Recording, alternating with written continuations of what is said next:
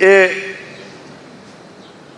bashkëveprimit, konglomeratit, qeveri, trafikant, biznes.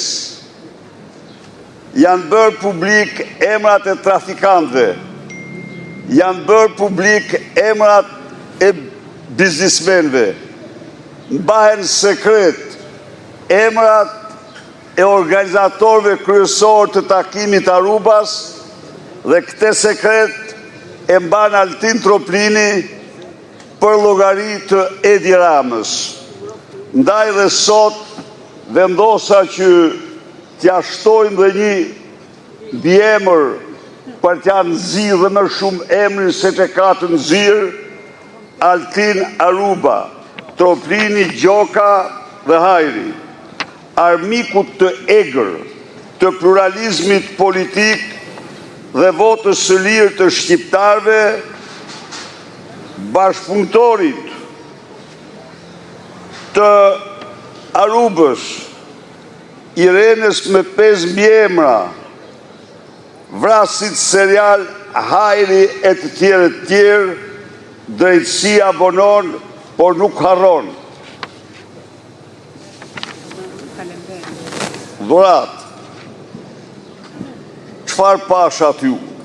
Ja u njoftova dhe disa ditë më parë. Punime intensive, po ndërtonin një mini maternitet dhe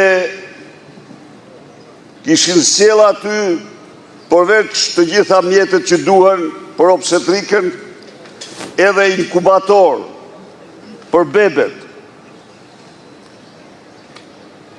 Afishua një listë me emra për të zgjedhë emrin.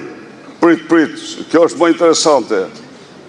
Po të linë vajzë, do të quajnë Skapica, ose Spakica. Po të linë djalë, Spakic, Spaku, me një fjalë, edhe lista e emrave është bërë gati aty për ato që do të quhen bebe Spaku. Por kjo është sigurisht një talje, bravo. Një talje, po ka një anë në të pa imagjinueshme. Se si ministret, gratë zyrtare të qeverisë përdorin edhe mëmësinë, shejtërinë e mëmësisë për të shpëtuar nga krimet për të cilat duhet të digjeshin në ferr për vjedhjet që kanë bërë. Pra, në qoftë se kjo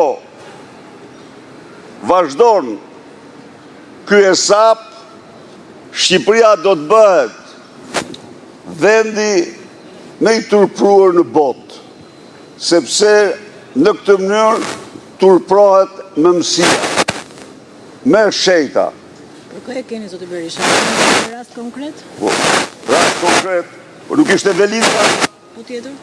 Velisa, ajo u hap shtegu, flitet për disa, po unë nuk jam mjeku i tyre dhe nuk mund t'i bëj publike emrat e tyre pse i flasin, po flitet për disa ministre, ish-ministre, deputete me radhë.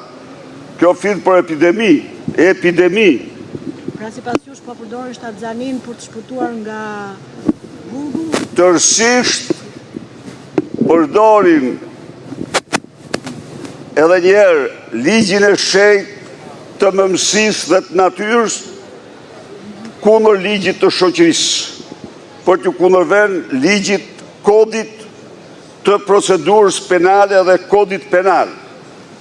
Kjo është qeveria e Edi Ramës. E deloj me forcën më të madhe. Pyetje?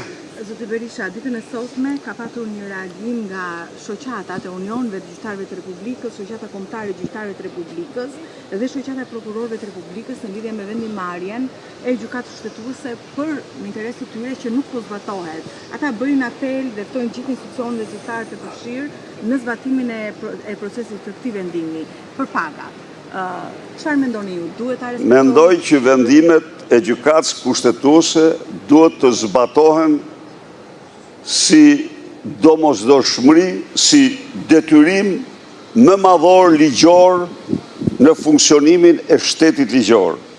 Por vetë gjykata është sjellë në mënyrën jo serioze ndaj vetes dhe Edi Rama e konsideron atë një lloj si spakun një seksion të Partisë Socialiste. Sigurisht që vendimet e gjykatës kushtetuese detyrimisht duhet zbatohen.